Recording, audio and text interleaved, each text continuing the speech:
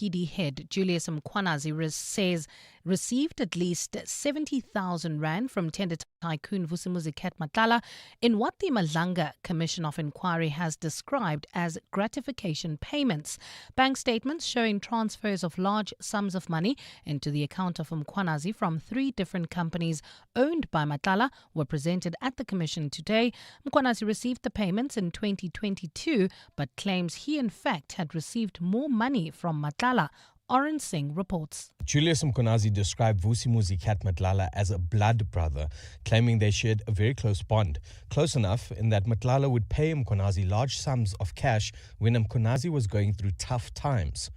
Evidence leader Advocate Mahlape Selo outlines the payments Mkhwanazi received from Matlala, which he deems as gratification. The first is paid by Cat Protection and Security Services. The date paid is 5th May 2022, an amount of 20,000.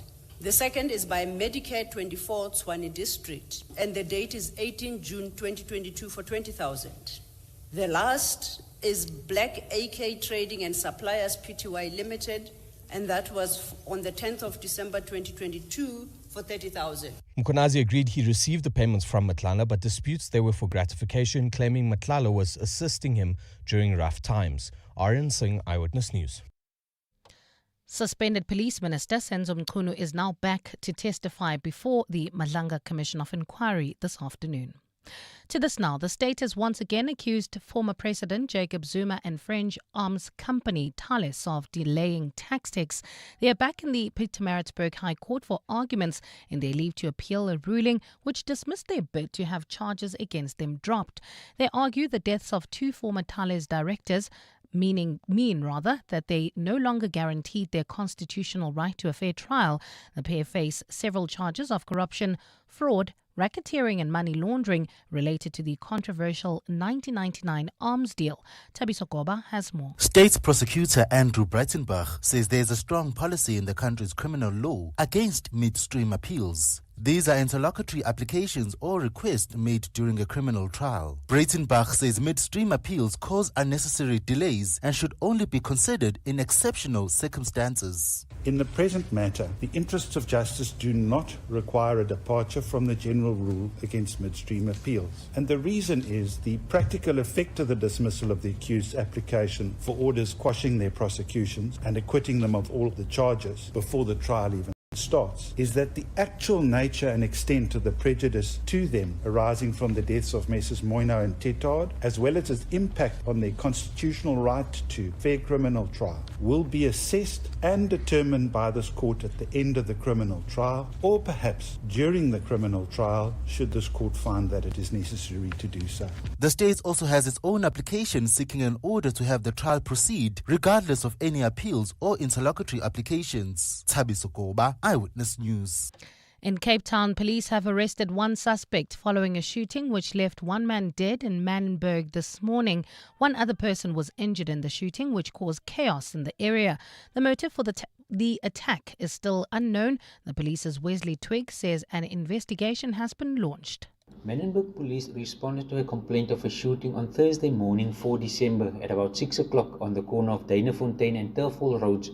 A 45-year-old male was declared deceased on the scene by medical personnel, while a 21-year-old male who sustained a gunshot wound to his back was transported to a medical facility for treatment. And 2 airlines in Panama have suspended flights to Venezuela as the U.S. ramps up military pressure on the country. The Copa and Wingo Airlines join several other carriers since the U.S. deployed warships near Venezuela to combat drug trafficking in August. The companies say the decision is a precautionary one, promising to provide more information within the next 24 hours. Gold is trading at $4,189.44 an ounce. The rand is at 17.08 to the dollar, 22.72 to the pound, 19.88 to the euro, and Brent crude oil is at $62.67 a barrel. Well, at this hour, if you're heading in and out of the Joburg CBD, expect heavy delays. This is on the N12 westbound. This is heading towards Mayfair. Also M2 between the Crown Interchange and Nasrec Road. Bumper-to-bumper traffic still due to roadworks in the Calvin Alex area on the N3 in both directions between London Road and the Batu interchange, while in the mother city there's still delays. This is on the elevated freeway heading into the Cape Town CBD. It's a partly cloudy afternoon in Gauteng with thunder showers expected. Temperatures have peaked at highs of between 21 and 23 degrees, while Cape Town is fine with a fresh southeasterly wind at a high of 34 degrees. The top story in EWN this hour. The South African Human Rights Commission has found that officers who responded to a demonstration at the Walter Sisulu University in May last year were not properly trained to handle that situation. EWN, in touch, in tune, and independent. For the latest, visit ewn.co.za or download the EWN app. 7:02, the Midday Report, Monday to Friday, 12 to 1 p.m. The Midday Report with Mandy Wiener on 702 Cape Talk is brought to you by Nedbank Commercial Banking. Think bigger, think Nedbank Commercial Banking. Very good afternoon to you. It's good to be back with you. I'm Jane Dutton. I'm in for Mandy Wiener. And coming up, South Africa is out of the next US-hosted G20 and replaced by Warsaw. Can Washington do that? And what does it mean for us? At the Malanga Commission, suspended EMPD head Julius Mkhwanazi is linked to 70,000 rand in payments from tender boss Kat Matlala while approving blue light permissions. Suspended Police Minister Senzo Mchunu is back on the stand. In fact, he's talking now. And the South African Human Rights Commission has released its findings into the Walter Sisulu University violence. And a rare bit of good news. Zuma's super spy Thulani Dlomo is arrested, and we find he getting better at catching the bad actors inside the state. Remember, I'd love to hear from you on any of these stories, how it makes you feel, what you think should be done. The line is 072 702 1702 in Gauteng land, and in the Western Cape it's 072 567 1567. The Midday Report with Mandy Wiener on 702 and Cape Talk is brought to you by Nedbank Commercial Banking. See money differently. Just when you think it couldn't get any worse when it comes to the G20 and South African US relations, Washington has made its most aggressive move yet against Pretoria. The US will exclude South Africa from the next G20 and bring Poland in instead.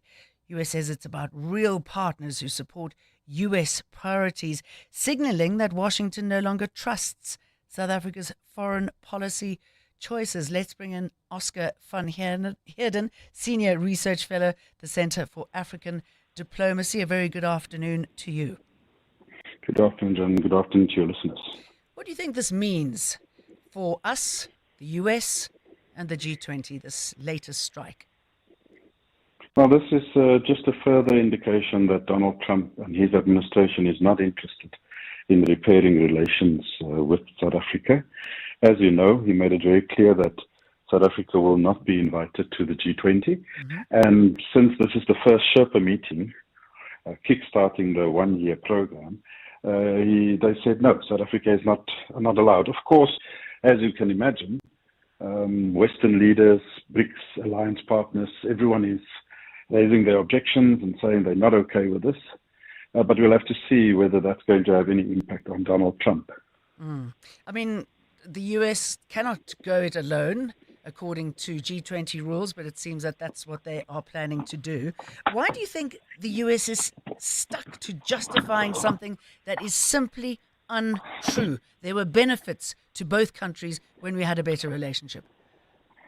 Yeah, you see, Jane, the truth is that as far as I'm concerned, it's very clear that Donald Trump is pushing a political campaign. You know, when you look at the size of Marco Rubio's department, which is the State Department, a budget of billions of rands. In South Africa alone, they have 3 embassies. There's the embassy in Pretoria, the consulate in Johannesburg, and an embassy in Cape Town.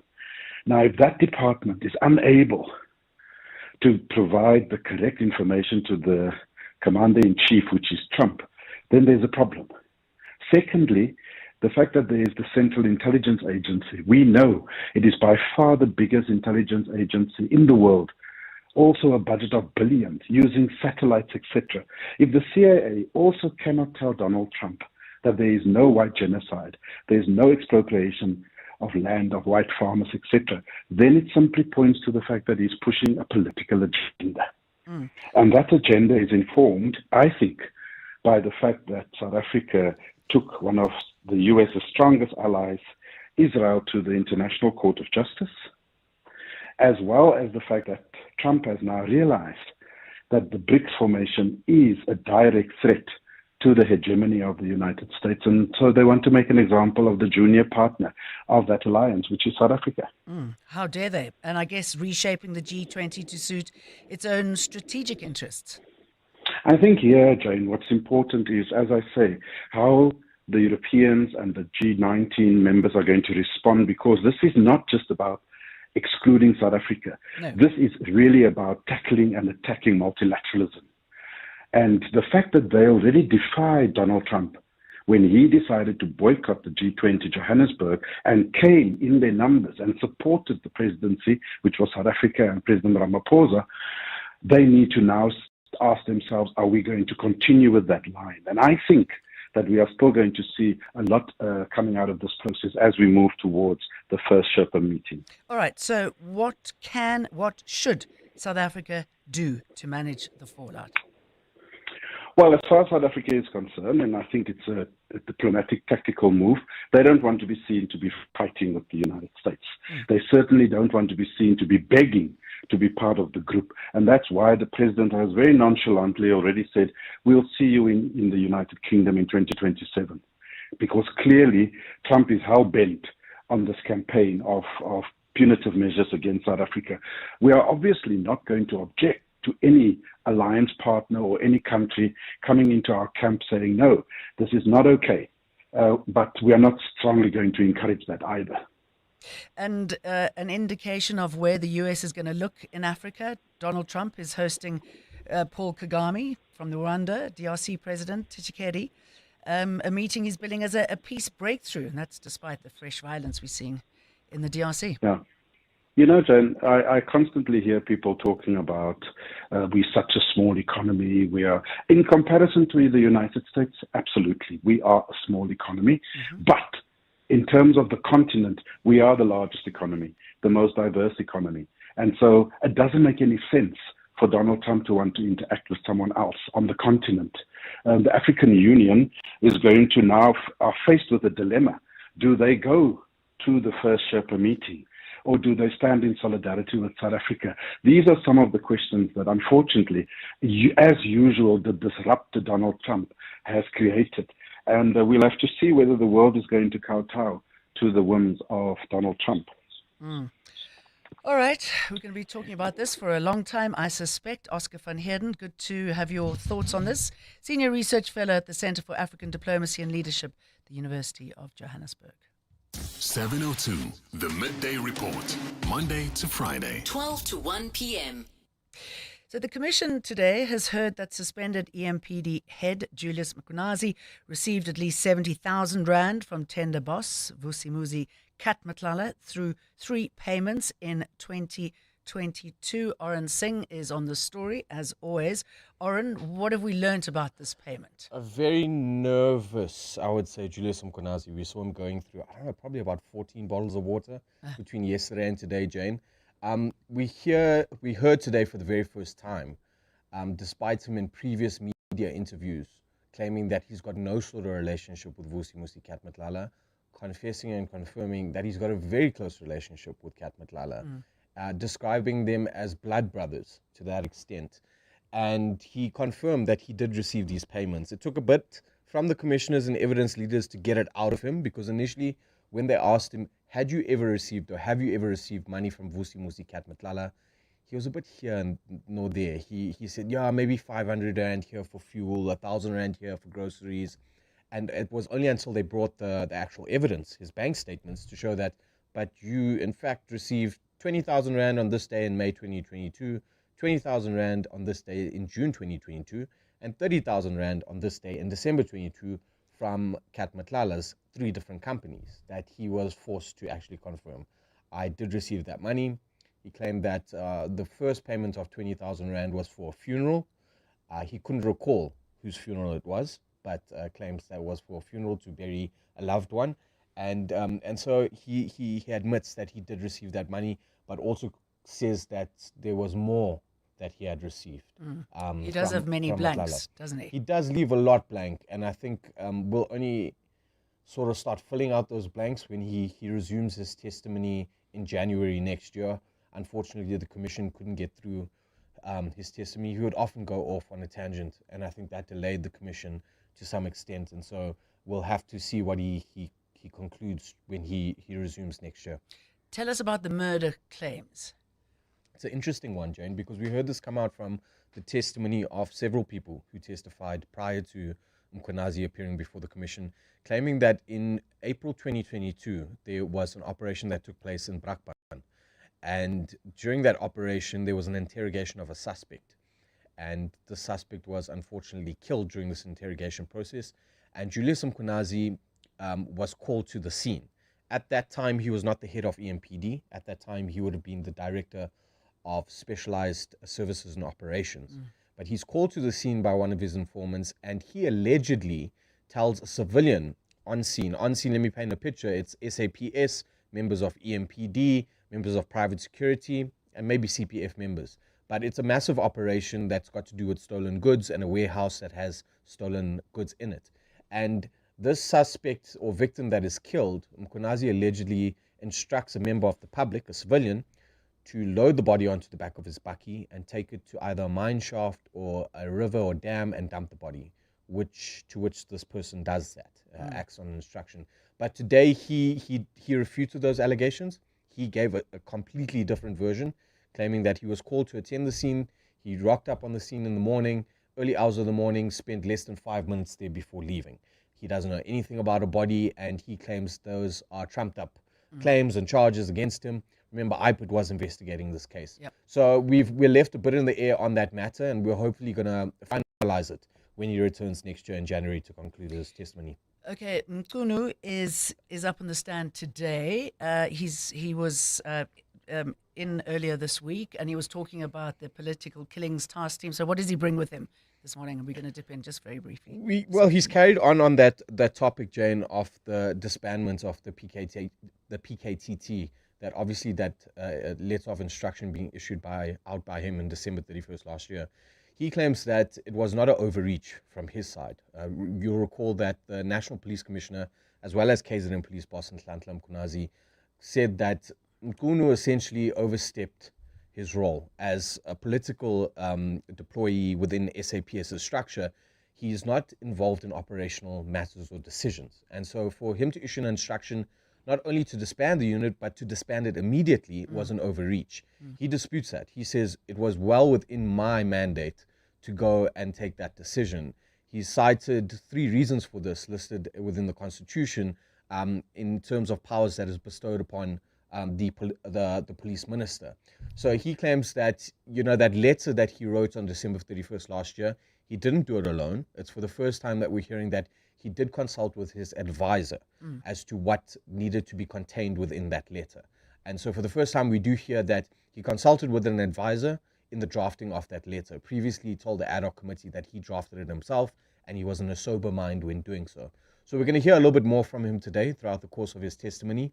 They're hoping to wrap up today. I'm not sure if they're going to get to that, but we do know that from 2 p.m. tomorrow, his advocate that is appearing on his behalf at the commission will get an opportunity to re-examine him. He's going to go through cross-examination today and possibly into tomorrow, but from 2 p.m. tomorrow, Mkhunu's advocate will re-examine him in terms of what's the outcome between today and tomorrow. All right, thank you. Let's dip in and listen to what's happening there. The suspended police minister, Mkhunu's under interrogation. Whatever it is they say is unnecessary for purposes of our engagement as far as this chapter is concerned. Not having seen them, I don't want to stray way beyond the minister's statement as it currently stands. So I would like some guidance on how to treat the information that is in the envelope. And Minister, I'm not suggesting that I have sight of the contents. I just want to know how I deal with the contents of that envelope. Thank you.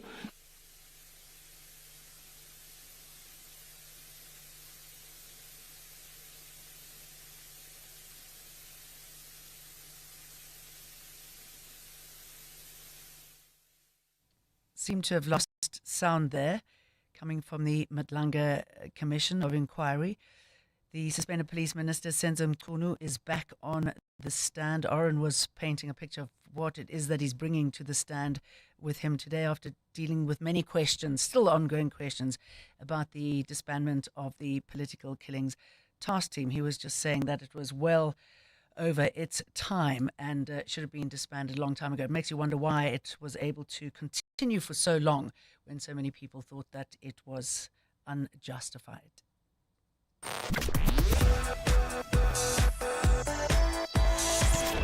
Real growth needs more than just banking, and Nedbank Commercial Banking is your growth partner.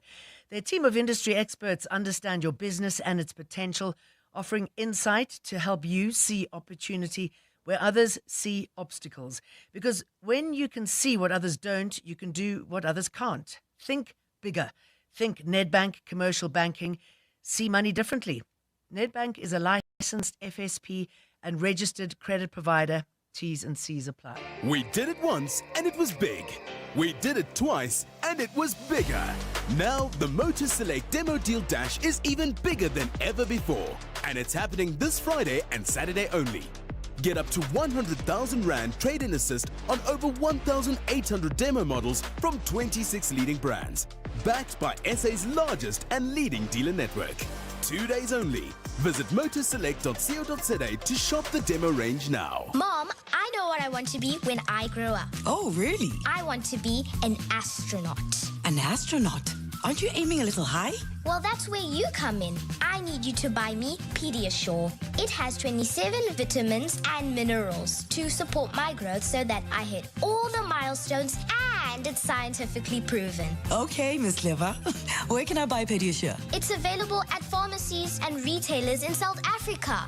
Pediasure by Abbott. Approved by kids to fuel their dreams. The Outsurance pointsmen know that every car on the road carries a story. There's a car with a work commuter. She's done this route 1,000 times. Perhaps she's daydreaming of a different job or just counting down to the weekend. The Outsurance pointsmen know it's not just another car in traffic. It's anticipation on the move. Every story's different and every story matters. That's why the Outsurance pointsmen have been doing what they do since 2005 in proud partnership with 702. Outsurance is a licensed insurer and FSP. Walking this talk together. Every hour. Every day. This is 702. Let's walk the talk. Hello, good to be back with you. I'm Jane Dutton in for Mandy. And after a 6-month halt caused by Judge Justice Chili's move, the Zuma arms deal trial roars back into the Pietermaritzburg High Court today. Zuma and Thales have 2 days to fight for leave to appeal June's refusal to stop their prosecution, while the NPA, National Prosecuting Authority, presses to push the trial ahead. Appeals or not. Tabisa Gorbas on that story. And Sai, once again, the state is accusing Zuma and Thales of delaying tactics. What are they doing this time around? So, as you said, this is a leave of oral arguments for a leave of application. They want to appeal the ruling that was made by Judge Nkosinathi Cili in June, which dismissed Thales' application to have the charges dismissed. Now, Thales' application rests on the fact that 2 former directors of Thales, this is a Mr. Thetard and a Mr. Maynard, they died.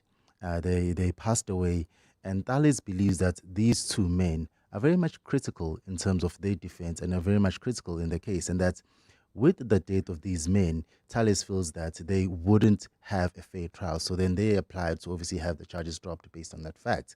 However, this was obviously dismissed by the High Court, Mr. Nkosinathi Cili. And in his dismissal, he said that, 1, there are alternative witnesses in this matter, and 2, he says that in the Criminal Procedure Act, there is no section or provision that says that a High Court judge can direct the state, which is the NPA in this case, the National Prosecuting Authority, to stop going after someone or withdraw charges against an accused person. So now there is obviously some arguments. So I've looked at the heads of arguments from Thales and even Zuma, where they've accused Judge Nkosinathi Cili of sort of misrepresenting the Constitution. They believe that Section 35 of the Constitution, this deals with every person's rights to a fair trial sort of supersedes the Criminal Procedure Act, which Nkosinazi clearly relied on. So now go back to the states. The states has been talking for the most part. The proceedings started at 10, so the states has been talking for the most part of today. And one of the interesting things that the state has said is that, one, obviously, that Zuma and Tales are engaging in delay tactics and saying that midstream appeals are generally frowned upon in criminal trials. Now, midstream appeals are sort of interlocutory applications or requests that are made during a criminal trial. The state has said that these kinds of appeals, the one, they cause unnecessary delay, but two, they're also not relevant because all this information and whatever that Zuma and Tales are alleging that they won't have a free trial, this is something that the trial judge, will actually consider when he does give the verdict. So the state feels that, there's no point in actually doing this. If you feel that there's people, these alternative witnesses that are going to testify, they'll testify, maybe hearsay witness, or that the witness or the evidence is not going to be relevant. This is going to be determined by the judge when he actually makes the verdict.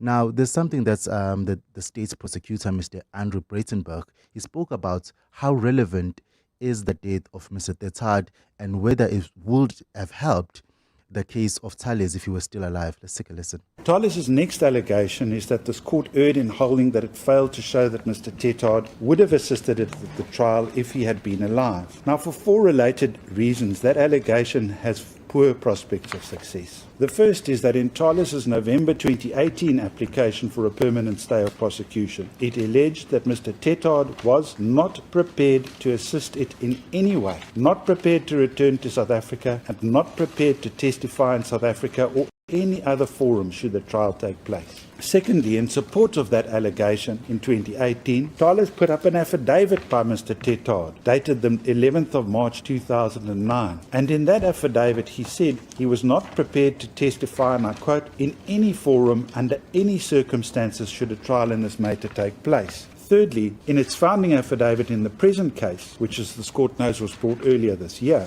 Tales doesn't explain when and why Mr. Tetad's attitude on its version changed in the period between November 2018 and his death on the 5th of September 2022, if indeed that was what happened. And lastly, despite this issue being pertinently raised in the state's answering affidavit in the present case, nowhere in Tales' replying affidavit does it explain when and why Mr. Tetad's attitude so changed. Okay, briefly, what chance of it getting going now? So the state has introduced its own application. They're calling it the Stop Stalingrad Tactics. So what the state wants is they want an order or a ruling that says that the case or the trial will proceed regardless of any interlocutory applications that are made. And this is because this matter has been delayed for over 18 years. It still hasn't gone to trial. And the state is saying that, this has caused a disrepute in terms of the administration of justice, and it is time, after 18 years, it is time for Zuma and Tales to face the court and for the courts to decide whether they're guilty or not. I think that's why I called clearly chilly, because I think we all wanted to heat up and get moving after 18 years. Thanks for that, Tibiso. It's 12:30 time for the news headlines.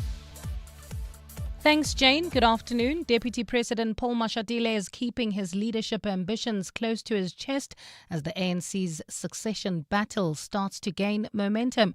Speaking to Parliament's Press Gallery Association today, Mashatile ruled out President Cyril Ramaphosa not completing his 5-year term as president. He says next week's National General Council of the ANC is not the platform to discuss the party's future leaders. Suspended Police Minister Senzo Mchunu is back testifying before the Madlanga Commission of Inquiry. Mchunu is using a hearing device to help him hear more clearly during his testimony, making sure he can follow proceedings and respond accurately. On Tuesday, Mchunu testified unquestioned, only reading from his statement. He started by outlining his decision to disband the Political Killings Task Team. And the South African Human Rights Commission has found that officers who responded to a demonstration at the Walter Sisulu University in May last year were not properly trained to handle that situation. The Commission released its report following an investigation into the unrest where live ammunition was allegedly used on protesting students. 14 students were injured during that demonstration. Those are the headlines. This EWN and more at 1 or as it happens. EWN Sport. Good afternoon, I'm Tolagile Mganga. We start in Brisbane, where England are at the crease on day one of their second test against Australia and are currently 251 for 6. Batting is Will Jackson, 19, alongside Joe Root on 98. At the same time, Australian veteran Mitchell Starc has become the most prolific left-arm paceman in test history, surpassing Pakistan great Wasim Akram. He backed Harry Brooks' wicket for his 415th wicket since his debut at the same ground 14 years ago.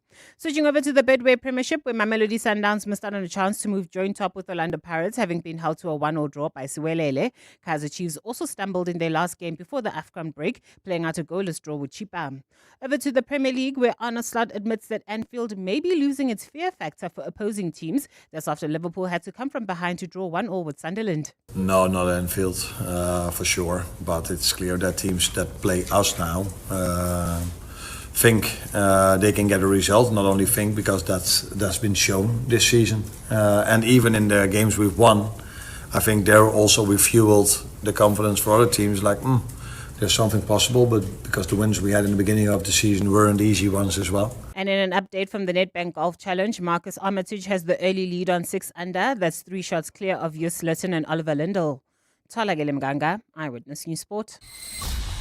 EWN Traffic. Well, at this stage in the Edenville area, you can expect about a 20-minute delay. This is heading towards the Bedford View area. On the N12 westbound between Macro Store and the Kilulis interchange, also bumper-to-bumper traffic through Bedford View. This is coming from Alex heading towards Germiston. N3 southbound between Linksfield Road and Van Buren. Also heading in and out of the Joburg CBD. You can expect about a 20-minute delay. That's in Amalgam on Main Reef Road between Anderson and Nasrec Road. Also coming from Germiston heading into the Joburg CBD and also traveling towards Riverlea. There's slow-moving traffic. M2 westbound. This is between Heidelberg Road and the Crown interchange. While in the Mother City, there's a stationary truck that's slowing down traffic. N2 incoming. That's approaching the M5 delays all the way from Danafontein. If you come across any other traffic issues, please WhatsApp us on 072-702-1702. There's more EWN on air, online, and on the EWN app.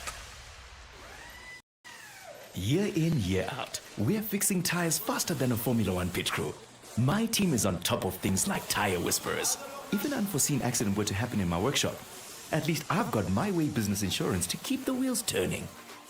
Visit myway.co.za or dial 0860 64 64 64 and get a quote today. My Way is a licensed non-life insurer and FSP. T's, C's and standard rates apply. My Way. Live your way. Say hello to the Baby Krugerrand, the smallest gold Krugerrand ever released. Don't let its size fool you. This 1/50th coin carries the exclusive PK200 Privy Mark, celebrating 200 years of Paul Kruger. With gold prices up more than 50% this year and demand surging, now is the time to invest. These miniature treasures are moving fast, so don't miss your chance to own a unique piece of history. Visit citycoins.com to secure yours today. Small businesses are anything but small. They're the backbone of our communities, the dreamers, the doers, the ones who keep Mzansi moving forward. That's why 702 and Capitec Business Banking are putting them in the spotlight. Every Thursday between 6 and 8 p.m., catch Small Business Focus with Capitec, where we showcase the hustle, heart, and the secrets to thriving in today's economy. Your vision matters, and with Capitec, you're never building it alone. Small Business Focus with Capitec, the business bank for everyone. Thursdays between 6 and 8 p.m. on 702. Capitec Bank is an authorized FSP 46669. Because this journey is better taken together. Let's walk the talk. 702. Good afternoon. I'm Jane Dutton. I'm in for Mandy Wiener. We were talking about U.S. relationship with South Africa and the fact that we've been replaced by Poland when it comes to the G20. Tutum Nisi says, Trump is a sick man. Remember, recently he visited King Charles in London. He didn't want the mayor of London, so of Indian origin, to attend lunch in London. What does that tell you about him? That's Sadiq Khan that he ignored. It's a very sad state of affairs because actually we both need each other. Both countries need each other. Let's hope that something will break in the right direction.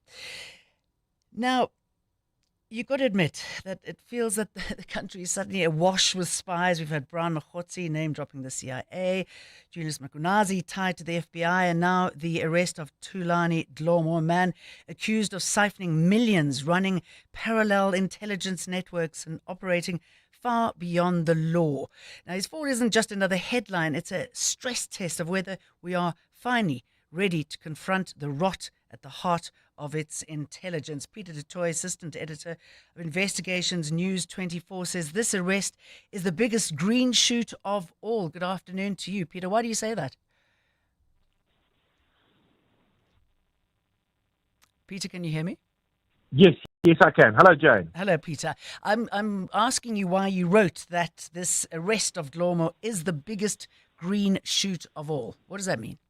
Look, Jane, the last couple of days of the last week or so, I think we've seen some pretty positive news across the country. One is that the economy finally seems to be lifting its head. Gross or fixed capital formation seems to be on the increase. Government seems to be investing in infrastructure. Increasingly, private sector is pouring more money into the economy as confidence is starting to return. We've seen an increase of 10% in agricultural exports year on year. So there are a couple of green shoots in the country and in society. But I do think that the arrest of Thulani Dlomo, who was absolutely central in Jacob Zuma's control of intelligence, of the security forces on Sunday and his subsequent appearance on Monday, is, I would argue, the biggest arrest that we've seen. Now, the SSA, the spy agency, crime intelligence, as we've seen with the Madlanga Commission, as we've seen with the Parliamentary Ad Hoc Committee, the control of intelligence was crucial to Jacob Zuma's control of the state. Yeah. And Thulani Dlomo played a significant and central role in that. And the fact that he was arrested, that he appeared in court, that the charge sheet shows that there seems to be a very strong case against him, shows us that IDAC, a significant part of the criminal justice system, is working and is starting to really exact some accountability, something which we all crave for. If they've got the teeth, the willingness and the know-how to do this, what and who is next? Well, the Zondo Commission, the final report that was handed to the president, I think, in June 2022. If you specifically look at the section that deals with intelligence, that deals with SSA, recommended criminal investigations and possible prosecution for 3 individuals. The first is Thulani Dlomo, who was head of the Chief Directorate Special Operations, which launched all these clandestine destabilization operations, including targeting the media, targeting the judiciary, and basically serving as Jacob Zuma's Praetorian Guards. So Thulani Dlomo was the first one. The second one that the Zondo Commission recommended criminal investigation and possible prosecution was Arthur Fraser, who was the Director General of the State Security Agency. Of course, we know what role he has played since. He was Director General of Correctional Services, moved there by Cyril Ramaphosa, and while he was Director General at Correctional Services, of course, released Jacob Zuma from prison on medical parole, which since has been overturned by the court. The third individual, and let me just pause there for a moment with Arthur Fraser. In June 2022 or 2023, I forget which year it was, he walked into the Rosebank police station here in Johannesburg, where he blew the lid off Lapala. So Arthur Fraser knows a lot. He was the head of the spy agency, and certainly someone that Cyril Ramaphosa was afraid of in his first term as head of state. The third person that an investigation and possible prosecution was recommended by the Zondo Commission was David Mahlobo, who was the Minister of SSA, the Minister of Intelligence under Jacob Zuma, and to this day is a Deputy Minister in Cyril Ramaphosa's government. So those three individuals are the individuals that Zondo recommended possible prosecution against. So I think it's logical that we look at Arthur Fraser and David Mahlobo, who might be next. All right. So what does this suggest about our intelligence service now? I mean, we know it's been hollowed out. So many of these, including Zuma's spies, been allowed to operate with impunity for so long. We know that the slush fund is very attractive to players who want to service only themselves and break down the country. Where are we on that? Well, Jane, the Madlanga Commission and the Ad Hoc Commission is very instructive as far as what's going on in the intelligence space is concerned. Control over crime intelligence means control over the secret slush funds, which means that you can use millions and millions of rands to your own political ends. Now, exactly the same thing has happened at the SSA over the course of many years. And this is why Dlomo's arrest is significant, because it gives us insight into the way in which spies, agents, networks, operators have access to unfettered amounts of cash and resources where there is no oversight and accountability. Yeah. Now, there are 3 investigations that have been done since 2018, which are instructive. The first one, obviously, was the Mufamadi panel, which specifically looked at the SSA. The second one was the Zondo Commission, which also obviously looked at how intelligence structures function, how they operate, the way in which resources and cash have been extracted over the course of many years, and then Professor Sandy Africa's report into the intelligence failures which prevented us from seeing the 2021 June violence approaching. Now, all of those 3 reports tell us that the intelligence community, the intelligence organizations like the SSA are in a state of malaise, that there is a lack of oversight, that the Inspector General of Intelligence has been unable to do its job, that the Parliament's Joint Standing Committee on Intelligence has also been similarly unable to provide oversight, as has the Auditor General been. So a complete overhaul of our intelligence structures needs to be done. We know that new legislation was signed into law earlier this year, new intelligence legislation. Has that been implemented properly? We simply don't know. What we do know is that the intelligence structures, whether at SSA or at crime intelligence, operate away from public scrutiny and operate away from parliamentary oversight, and that is a problem. Okay, one more briefly, if you will. How many spies do we have? I mean, we've got Mahotsi and Mkunazi claiming that they're spies. Yeah. I mean, is there any credibility in any of this? Are we, is the country infiltrated with spies spying on behalf of CIA and FBI and everyone else out there? Well, we do know from the Zondo Commission and what we do know from the Mufamadi high-level panel into intelligence that the SSA, all of the country's spy agencies, which means the domestic and the foreign branch, have been completely subsumed in the past by internal ANC factional battles. The SSA, specifically the unit that Thulani Dlomo headed, was designed and functioned as part of a certain faction in the ANC. So when you control the SSA, you control the secret funds, and you can spy on rival factions. Now, I don't know to what extent we've been infiltrated by foreign spy agencies. I can well believe that the Russians, the Chinese, and the Americans have quite good sourcing on that. But what we can say with authority is that our spy agencies, their reason for existence at a particular point in our history was to serve Jacob Zuma in his individual capacity. And let me remind you, Jane, that the Zondo Commission had testimony that the spies had to agree to a personal oath of allegiance to Zuma, which is quite astonishing. So we simply don't know. There's no proper oversight. Okay, Peter du Toit, Assistant Editor, Investigations, News 24. Thanks for talking to us. Always love reading your work. The Midday Report with Mandy Wiener on 702 and Cape Talk is brought to you by Nedbank Commercial Banking. See money differently. So the president has responded to the story that we led with, the fact that the South Africa is no longer welcome at all at the G20, which the US is hosting next year. We've been replaced by Poland. Listen to what the president had to say. The United States has said that South Africa will not be invited. We have not seen that in writing yet. We've just heard the media publications.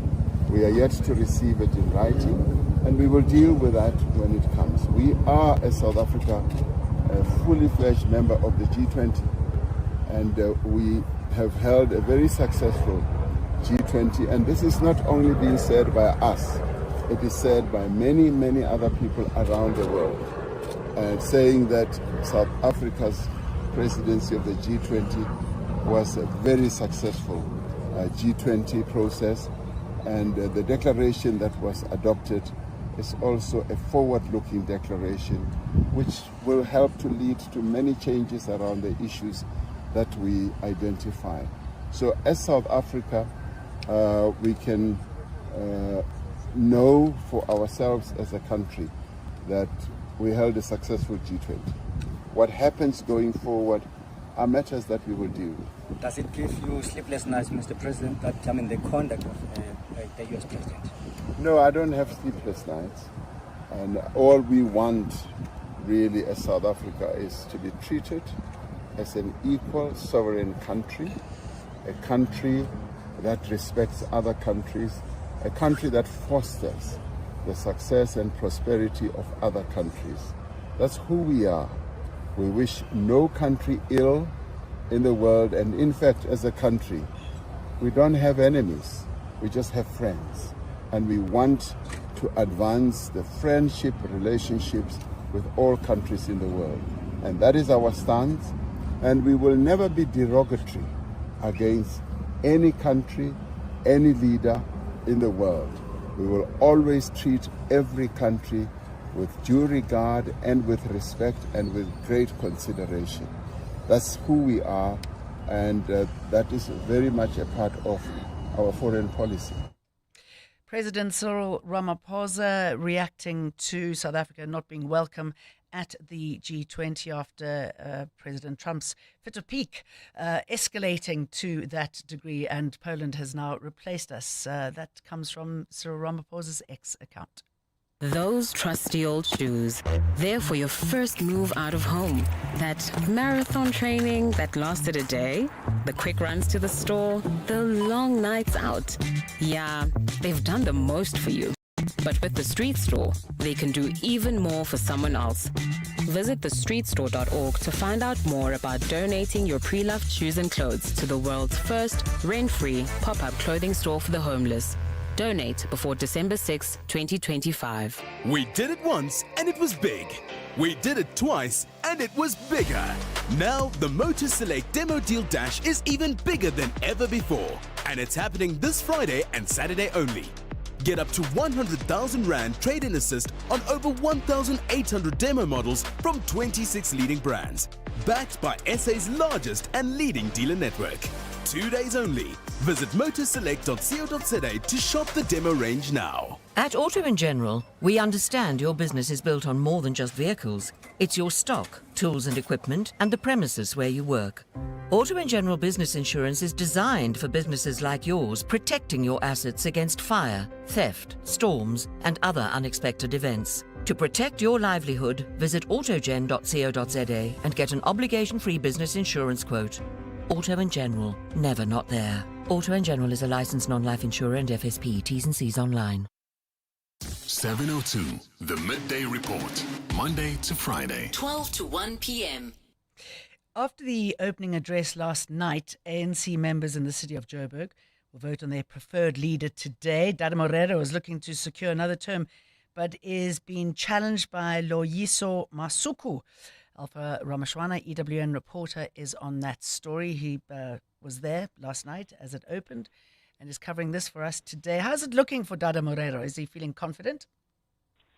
Good afternoon, Jane. Yeah, look, it's still a really tight race as we speak. Dada Morero going up against Loyiso Masuku, who to some is considered as an underdog in this race, but she's really racked up considerable support from ANC branches And Dada Morero as well has enough support as well from the party's branches in Johannesburg. So neck and neck really at this stage. But later today, at about 3 o'clock, between 3 and 4 p.m., we should see the election of a new ANC regional leader, as well as a new leadership structure for the party in Johannesburg starting to take place. The results will be announced later in the evening. So at the moment, it's still really tight, but I guess ANC branches in Johannesburg will decide later today. And what does this mean for the ANC and when it comes to settling its Johannesburg leadership? It's been rather fractious. Where are we?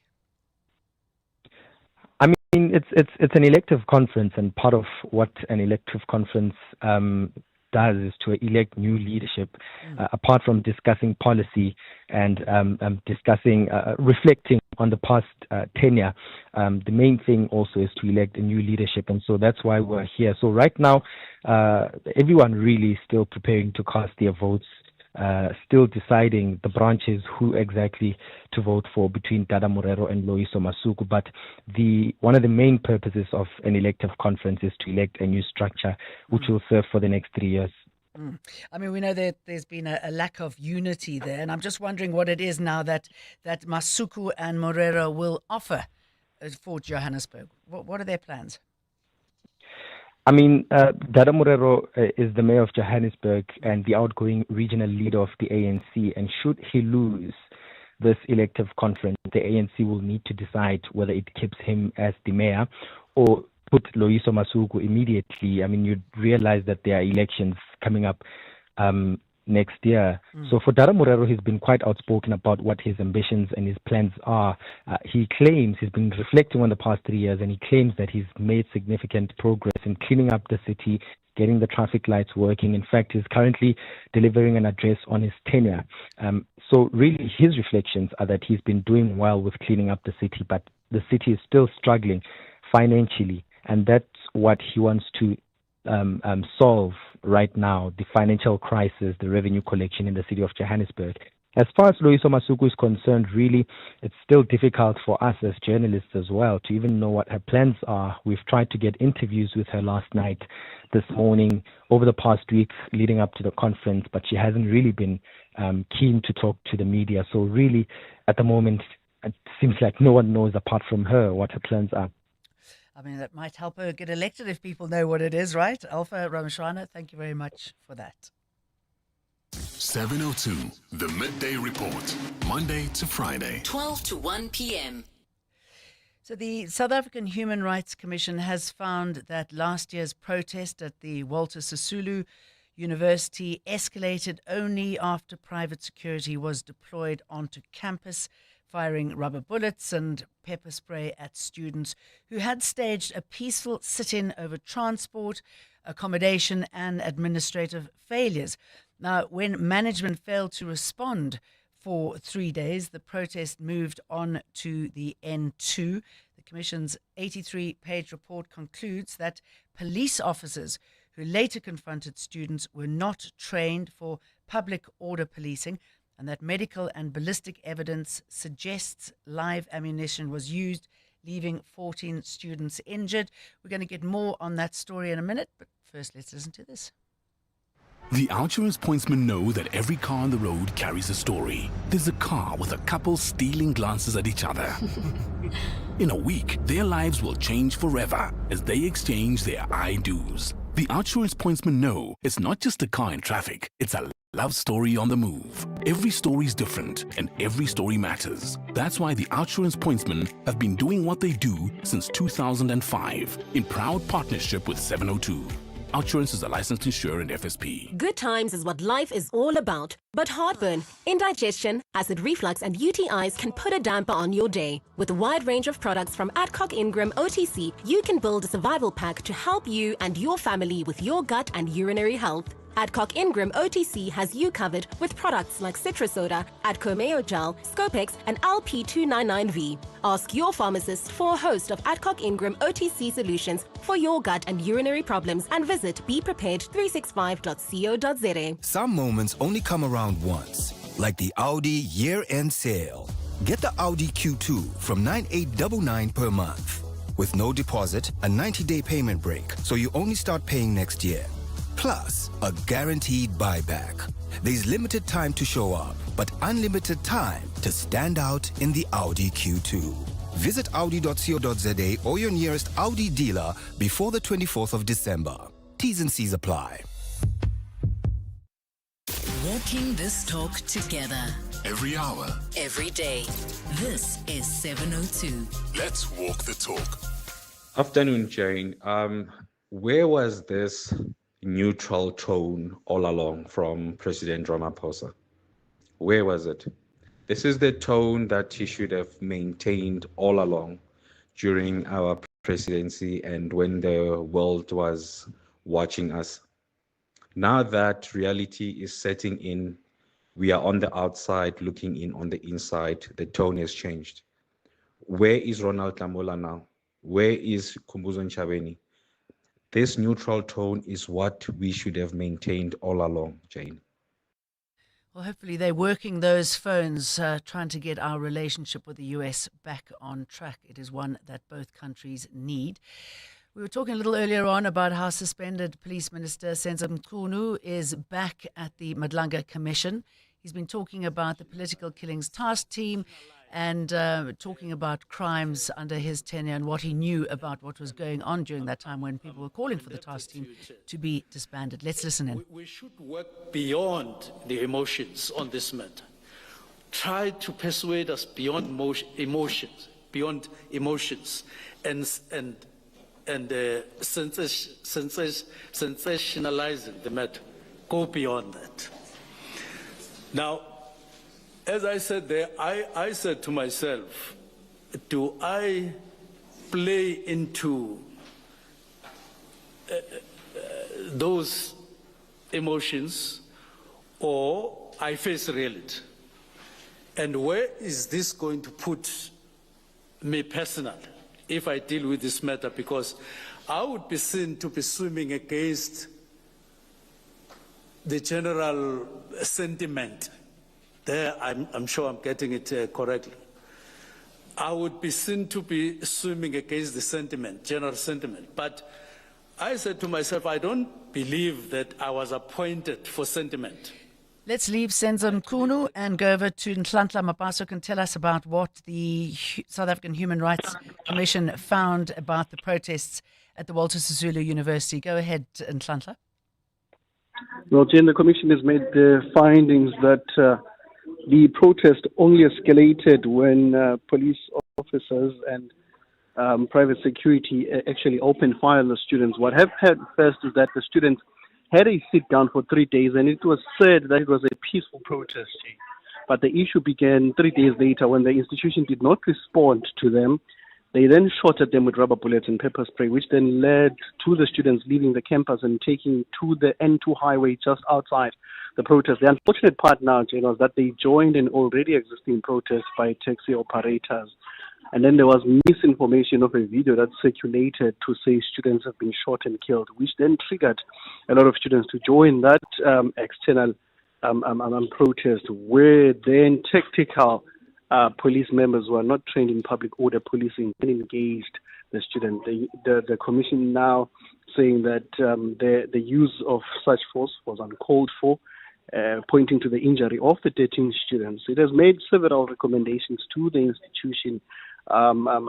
Jane, unfortunately we're out of time, but that also includes, that the Portfolio Committee of Parliament that's looking to police must also initiate amendments to regulate the Gatherings Act to remove some of the private security on campus, but also a lot of Department and Justice and Constitutional Development requests as well to design, certain grounds in which students can have their protest, but also the limitation of how much private security can be involved or not, because there was also an issue from SARS here that police can properly intervene in those. But in a sense, the commission is saying that the use was uncalled for. All right, shocking findings there. Nhlanhla Mabaso, thank you very much for that.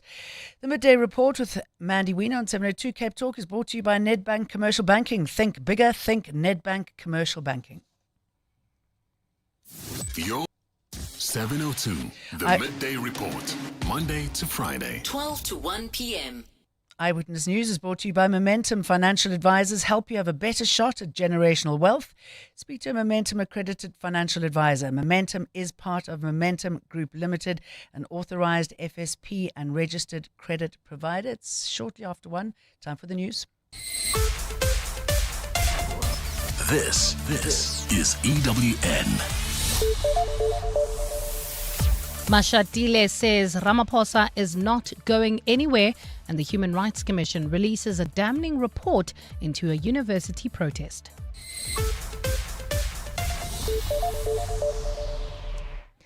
Good afternoon, I'm Bali Lamini. Deputy Press